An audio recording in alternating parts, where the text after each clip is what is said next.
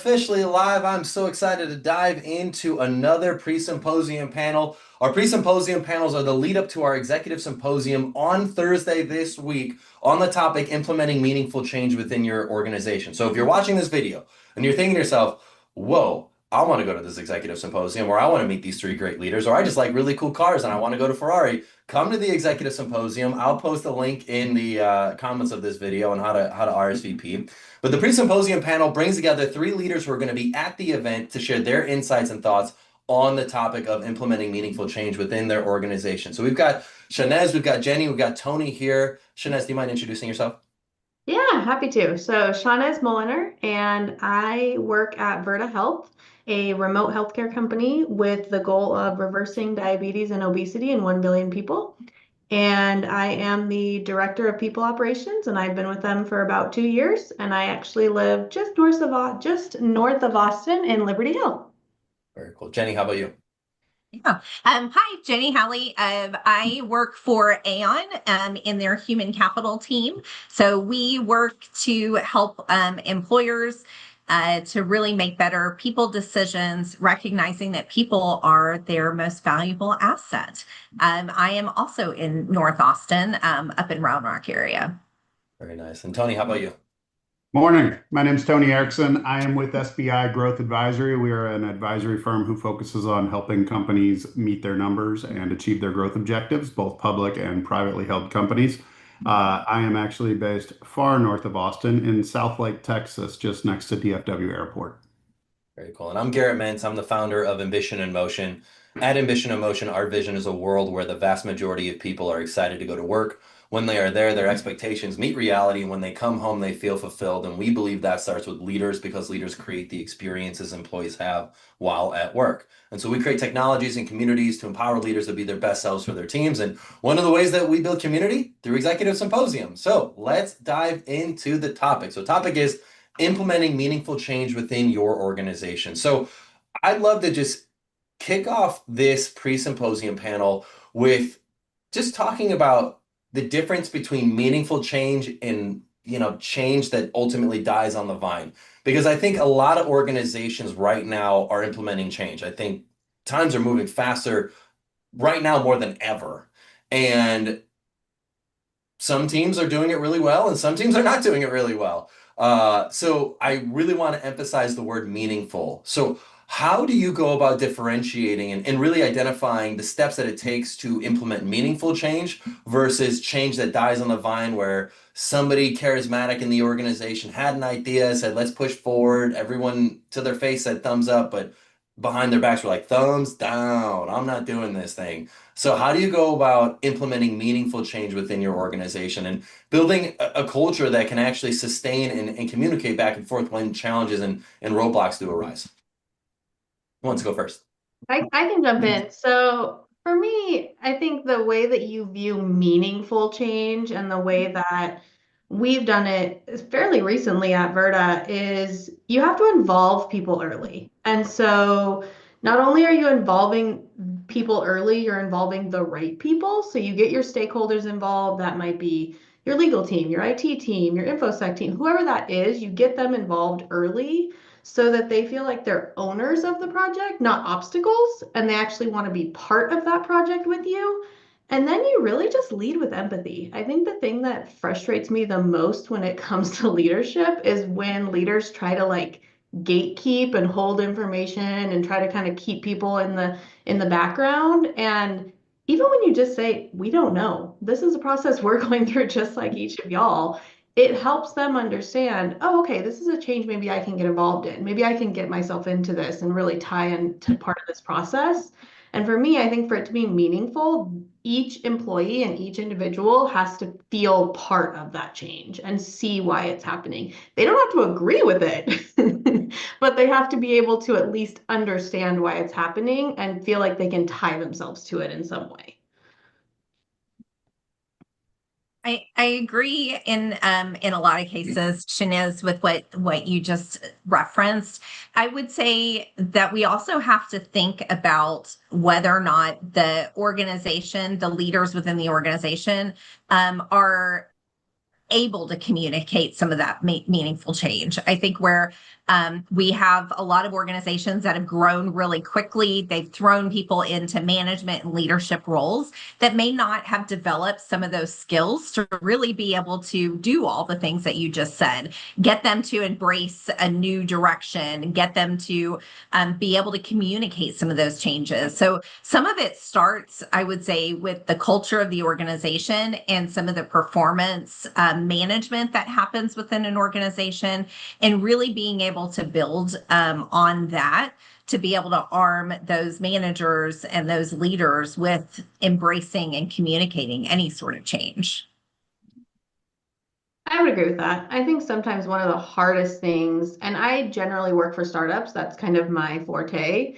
I think one of the hardest things in working for startups is you have a lot of people who start there and just grow their role while they're there.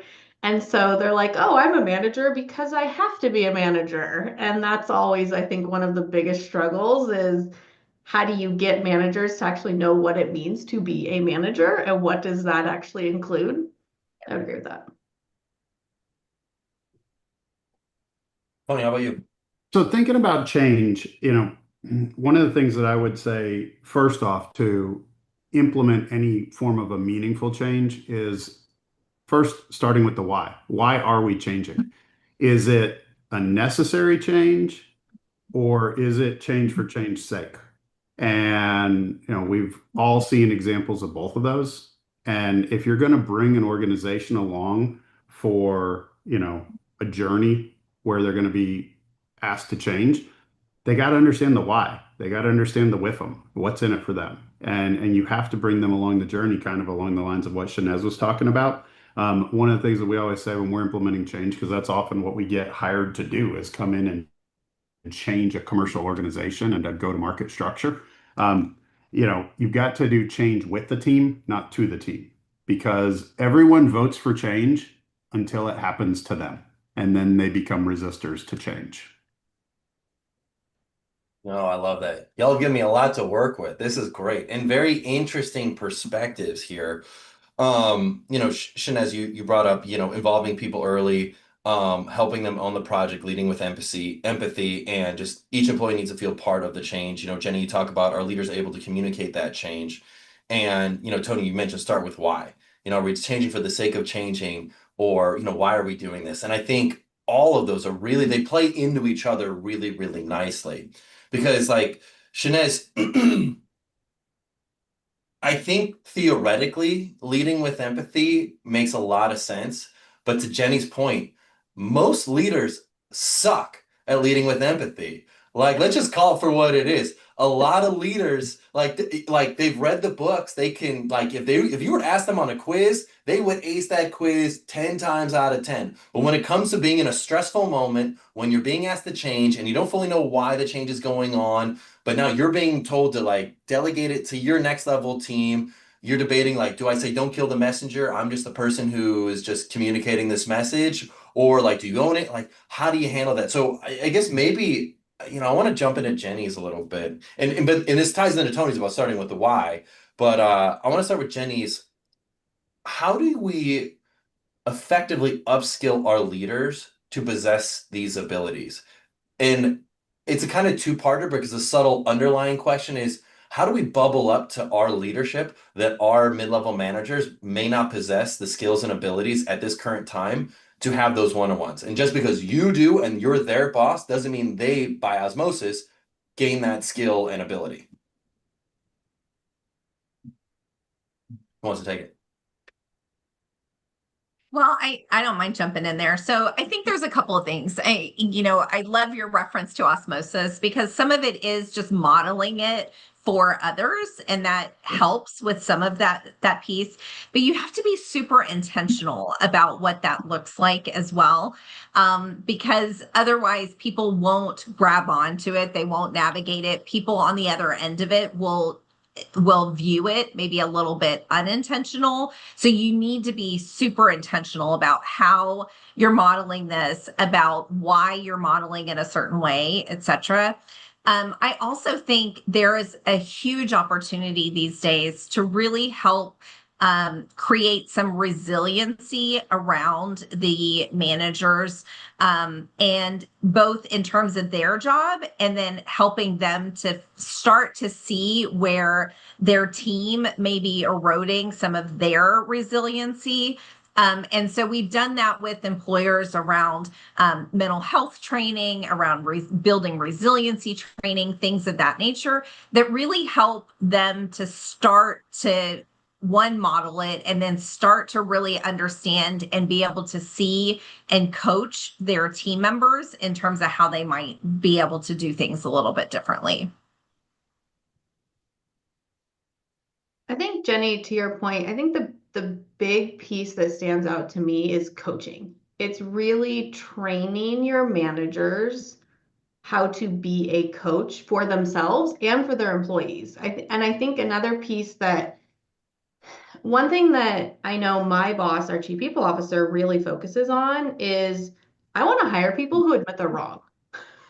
Because it's hard to admit you're wrong or to admit you don't know something. And I know myself when I was a manager and very young and not really knowing what I was doing, and I was like, told I had to be a manager because that was just my job as the HR department of one. It was like, well, I don't even know what that means. Like, I've never had a great manager. I don't know what they're supposed to do. I know what they shouldn't be doing, but I don't know if I know what they should be doing. And so I think it's giving them the space, to Jenny's point, having that culture, having that osmosis, giving them the opportunity to say, I don't know. Can you help me? And I think that's where a lot of organizations fail is they don't create that space to where a manager can even just go to their manager. You need to go to the C-suite person. I mean, you literally just need to go to your manager and just say, some help. And I feel like there's just not a large opportunity for that right now. Yeah, I think it's an interesting point. And Garrett, I'm going to hone in on what you said at the beginning, which I think your comment was most leaders suck at empathy. I think those were your words. Yeah. Which I would agree with. And the data actually shows that for those of you who are fans of Strength Finders, only 18% of people have empathy show up in their top 5 anywhere. So not very many people score high on empathy, and I think it goes hand in hand with a common misconception, because empathy requires vulnerability, kind of to where ShaNez was going. Like, you've got to actually be willing to express that you don't have all the answers, and leaders don't have to have all the answers. They have to know how to get them, but they don't have to have them. And empathy and vulnerability go hand in hand, and to drive change, you have to be pretty good at both of them. And Tony, I would take that a step further and I would say people think they're empathetic when they're not. And I think that is what frustrates me the most is when you have a leader who thinks they're being super personable and super vulnerable and all of those lovely catchphrases.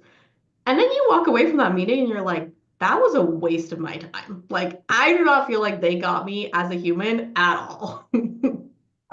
I would say, ShaNez, if you want to know whether or not you're empathetic, ask your immediate family, your children, or your spouse, because mine will tell me that I am not. And I need that, truth serum reminder from time to time. But I also saw it in my personal results from Strength Finder. I did not score well on empathy at all. It is a constant area that I am trying to work on, and I suck at it. It is hard. It is really hard to be empathetic because you skew back to the can't you just figure it out? Can't you just do this? Can't you just, and it is really hard when everyone comes from different backgrounds to understand why someone is not getting something that you're trying to drive. And you see the path, you see the rationale, but getting someone along the journey, it's not easy. Well, you are all hitting such a critical point. And this was like the thing that I wrote down. And I wrote a few things down here, but this concept of breaking bad habits and getting objective feedback, I think is so critical to leaders right now. And I guess maybe the question is, maybe I could share it with the story. There's this interesting TV show on Apple. I forgot the name of it. I think it's called The Network or something like that. It's with Seth Rogen, and he becomes the president of a movie studio. And there's this hilarious scene where he is clearly a thorn in the side of everybody on this movie set. They're trying to get this film shot with a perfect sunset, and like the sun is going down. They like have very limited time, and he shows up right at the set, and he was just like, "Hey, the director said that she didn't mind that I have some ideas on how this scene could be shot or whatever." And he's like, "You don't mind if you throw this thing back in?" She's like, "Sure, we can do that." He's like, she said, sure. She said she liked my perspective and opinion. And his colleagues like, she only said that because you're her boss and you're paying for this movie. Like, she would not have told you this if you were not in this role. And so, long story short, he totally ruins the scene and the shot. But it's a hilarious kind of, I don't know, picture as to when you are the top leader in your organization, or even just a boss of people, what people tell you to your face is not always the truth. And so you kind of have to be a little bit of a, reading of the tea leaves, kind of have to understand body language a little bit. Can't just take people just exactly at their words because there might be something going on. So I guess the question I have is, when you encounter someone, when we talk about implementing meaningful change, and we encounter someone who's been successful but has also developed some really bad habits, how do you go about breaking bad habits? Because I think Jenny and ShaNez and Tony, to your point, y'all have gone into places, have implemented change, and a lot of the people, I would imagine, when you're doing any change initiative, are like, things are going great. Why do we need to change? Everything's going amazing here. What's the big deal? And they're like, no, you've been successful in spite of being a jerk to your people, not because you're a jerk. How do you break bad habits, especially ones that are firmly entrenched? I think you'd be a millionaire if you knew, Garrett.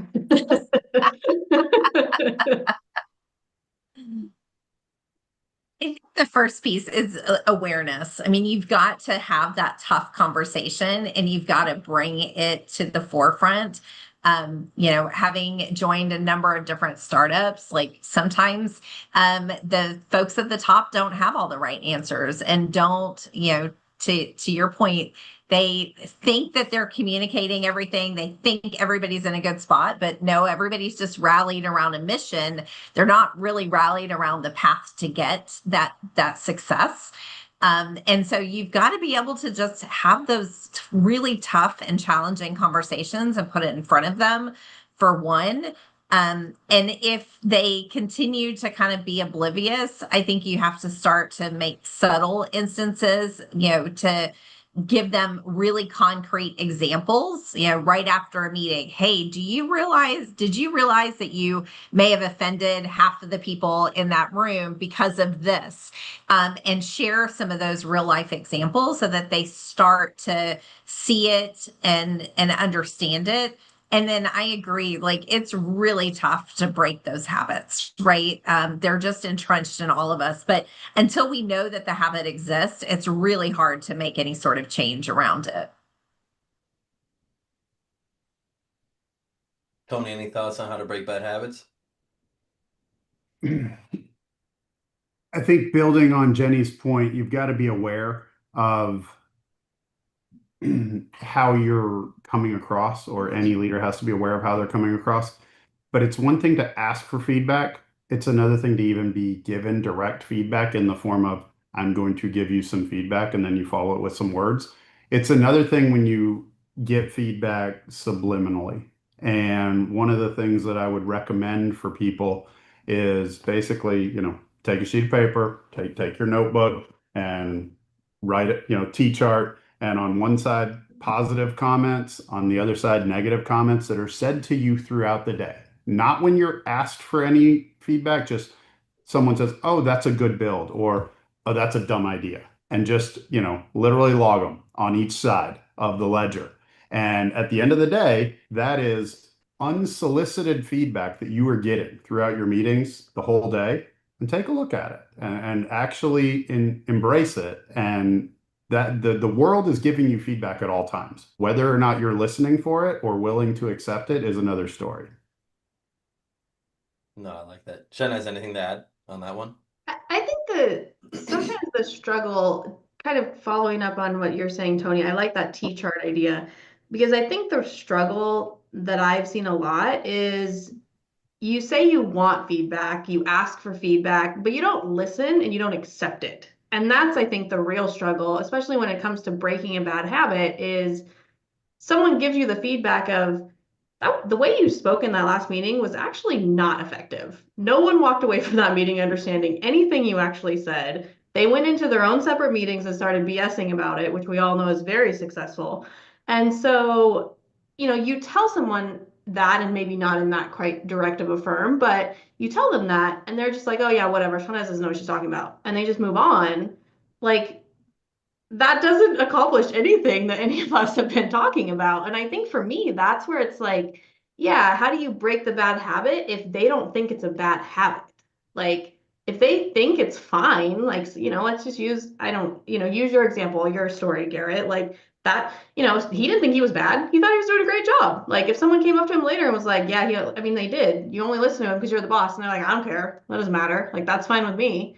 I think that's the real struggle, is like he didn't see that as bad. He was like, so what? And so to me, it's like, how do you, and I like Tony's idea, that's the only time I've ever heard of it that way, is like, how do you actually get someone to acknowledge what is a bad habit? Well, I think it comes back to what Tony was originally talking about, was starting with the why. Because, like, I'll give an example. Let's say you're at an organization, you were employee number 4, now you got 200 employees, and you're about to acquire another organization. You're really about to level up, but you need to have all of your operational ducks in a row. Like having people going off rogue, running their own operation one way, and some people going and running off their own operation another way. It's like, no, it's like you're growing up a little bit. You're going from scrappy startup to like firmly established organization trying to position yourself for maybe a private equity exit. If that is the case of where you're going, and you also own equity in said company, like, the why could be like, hey, I want to help you get the best multiple exit you could possibly get from our eventual growth and eventual sale as we possibly can. But that means you need to get with the picture of everybody following this operational procedure that we have. Because if you're the only one running rogue, and then we acquire this new organization, you've now got a pretty large reporting structure underneath you, and you're still running rogue and no one else is following, we are going to diminish our ultimate value for an exit that we have for everybody's sake. I mean, I know I'm not saying everybody's motivated by money, but I definitely think if you've got, a little skin in the game in terms of equity, and the why revolves around you end up getting something positive as in terms of a return, that could be like, okay, you know what? I'll change my behavior because I want to see this multiple. I want to get that new pool in my backyard, or whatever the thing that drives me is. And I don't know. I think the starting with why can be really important. I don't know. What are y'all thoughts on that? I agree. I mean, I think if you lead with the why, you have that kind of ongoing T chart in your head that Tony's referencing. If we go back to your story, that's gonna take that difference from I don't care to, oh, this actually does matter to me. This actually does impact my own personal life. And I think, for going back to the very original question of just what leads to meaningful change, like, why does it matter? Uh-oh. I'm back right here. Live stream technical difficulties. Live stream technical. Well, sometimes I'm always worried, like, is it me or Right. is it somebody else? But anyways, hopefully ShaNez is back soon. Yeah. But I want to go back onto this concept of the why, because Tony, you brought up this point earlier of like, are we doing this change for the sake of change, or are we actually doing something? And I know, Tony, when you go into organizations, you're obviously doing some pretty wide scale change. I would imagine there are some people who, when they see that, they're like, is this just change for the sake of change, or is this actually real meaningful change? I see this a lot with organizations where they hire a new CEO, or they not hire a new CO, or a new executive on the executive team, where just because they're the new cook in the kitchen, they want to switch up all the ingredients.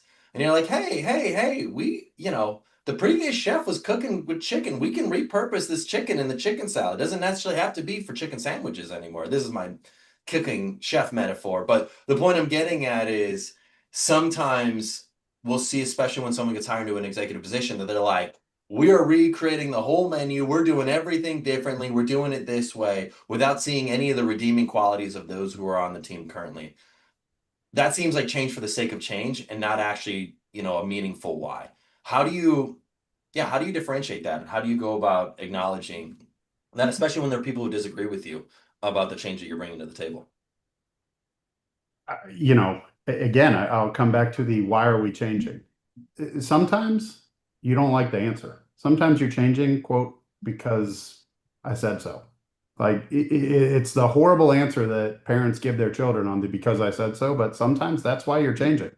Sometimes that new CEO is in place because the shareholders or, the stakeholders put it in there specifically to drive change.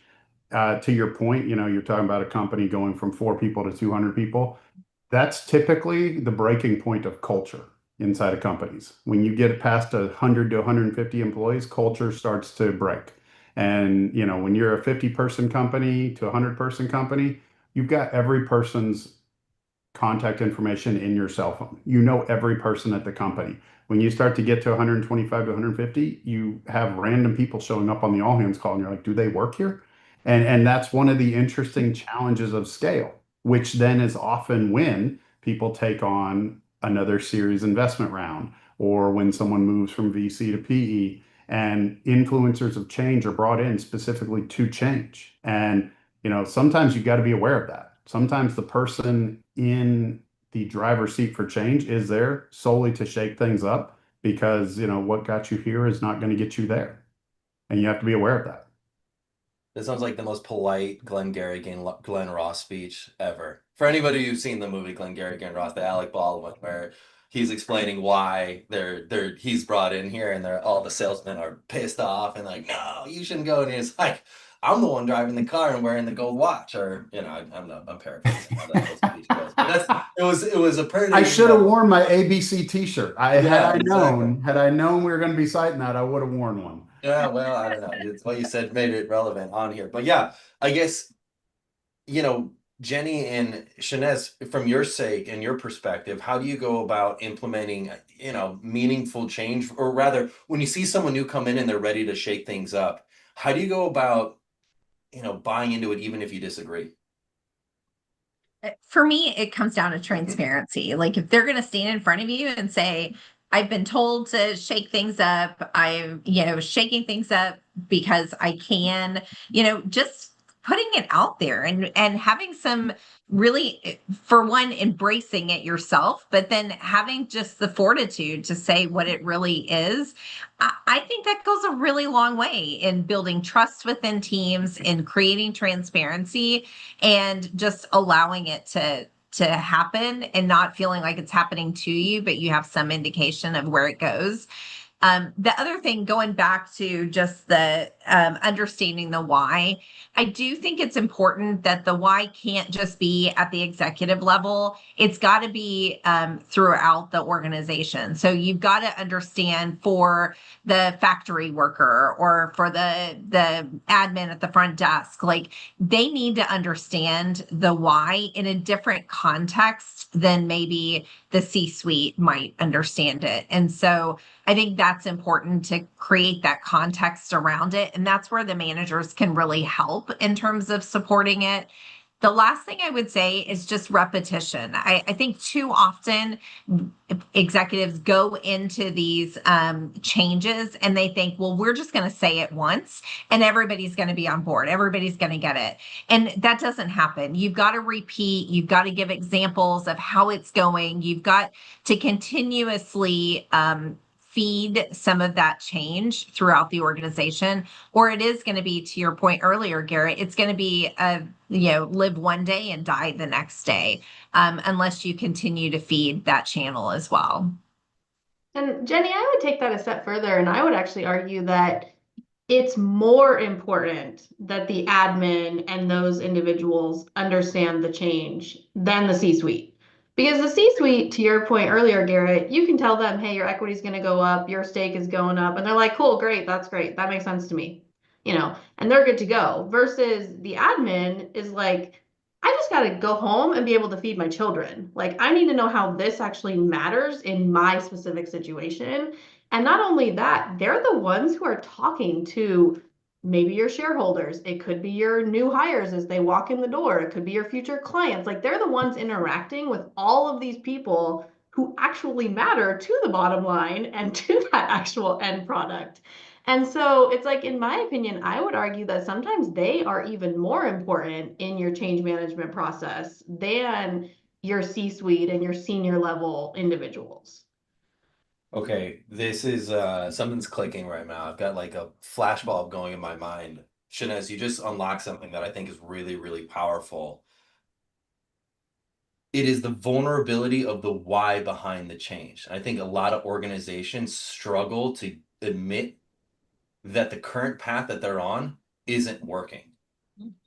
That's, I think, so critical, because if, let's say you're talking about an admin person, an analyst, an individual contributor somewhere, someone who doesn't have equity in the organization, and all of a sudden the leadership team says, hey, we're going to change up the way that we're doing this from this way to this way. If the reason why needs to be the current way we're doing, ultimately we're determining is not profitable, is going to lead to the slow death of our organization over time, and that we think that by doing this change, we can increase our profitability, improving our long-term stability, improving our ability to give you bonuses at the end of the year, and ultimately our ability to operate as an organization moving forward. Because if we're not able to be profitable, we may not be able to exist moving forward.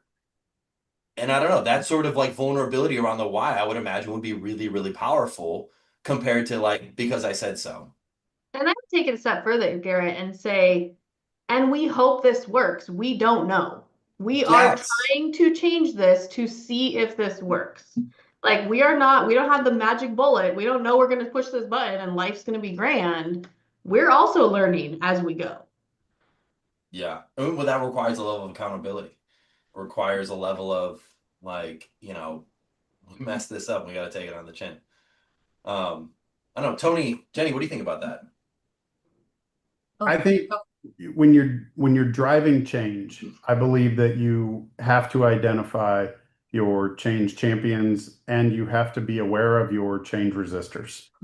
And, people in one of those two camps will often surprise you as to why they're in one camp or the other.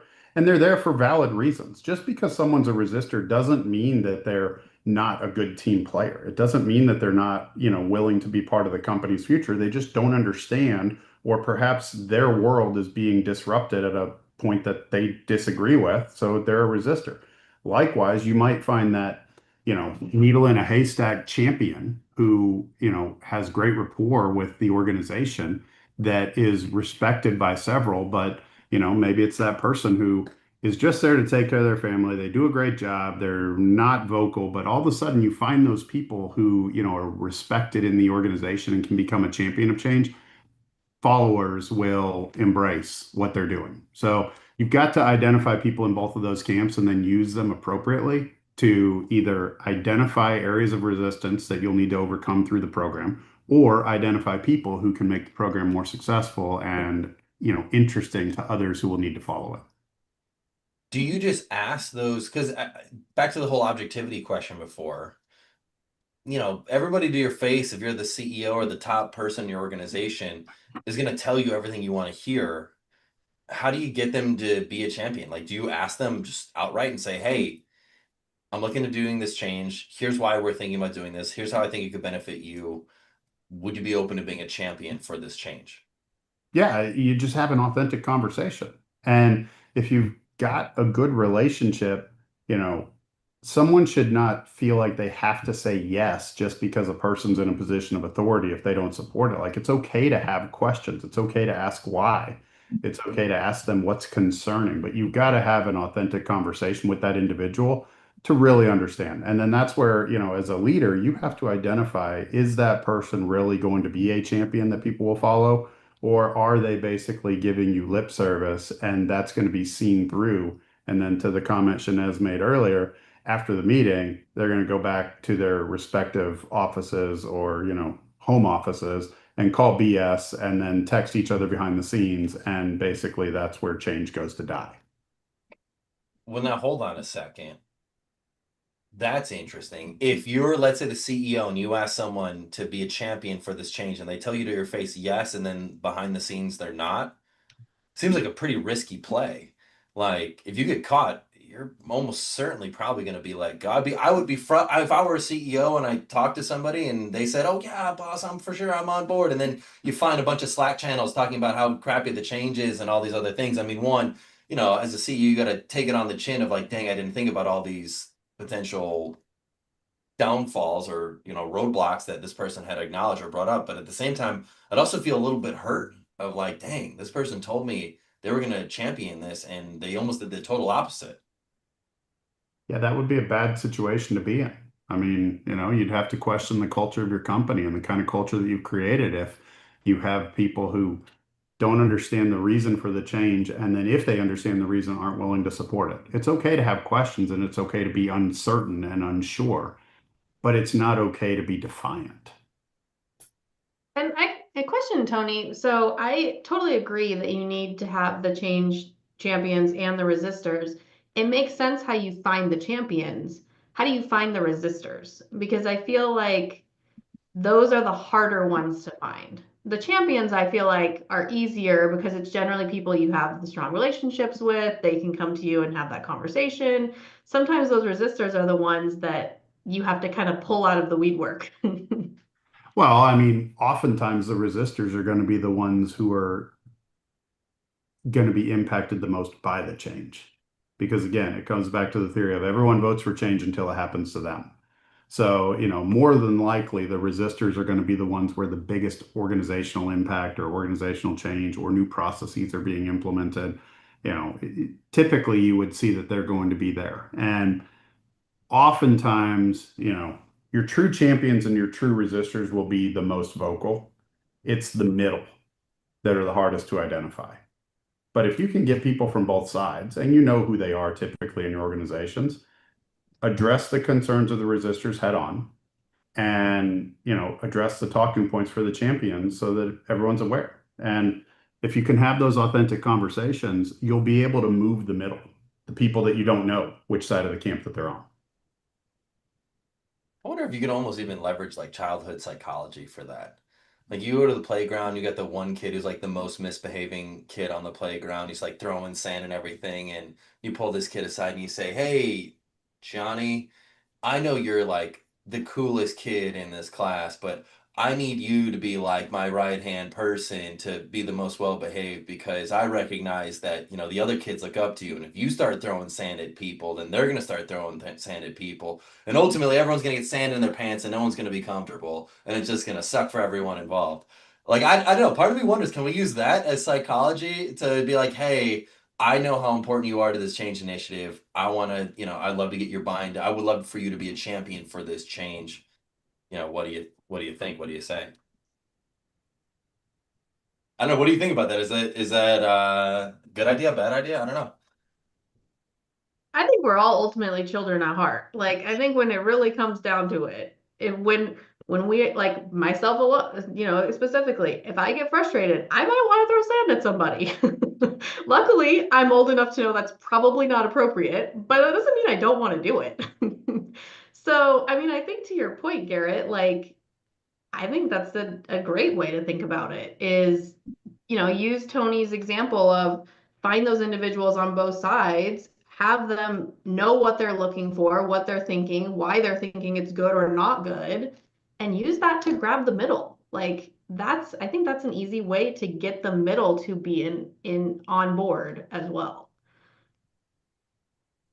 I would say a lot of these strategies seem to be a little easier to implement when it's a smaller organization. But, being part of corporate America and thinking about our clients that are Fortune 50 companies, that's really tough to do, right? And those are where I think a lot of big meaningful change tend to die because you're having to get it out into the masses. And the champions and the naysayers, you can certainly identify some of those, but to identify it across the entire organization might be a little bit challenging. So I do think we need to think about those two segments of business very differently in terms of how you might get some of those messages out and how that change would actually take impact. Yeah, the child psychology one has me a little bit thrown for a loop. I mean, even though I have 4 kids, I've got a degree in computers, and that's probably not my power alley. I mean, Jenny, I think your degree is math, so ShaNez, you're probably the most qualified. Looks like you have some political science, or you're probably more on the spectrum of understanding child psychology than at least I am.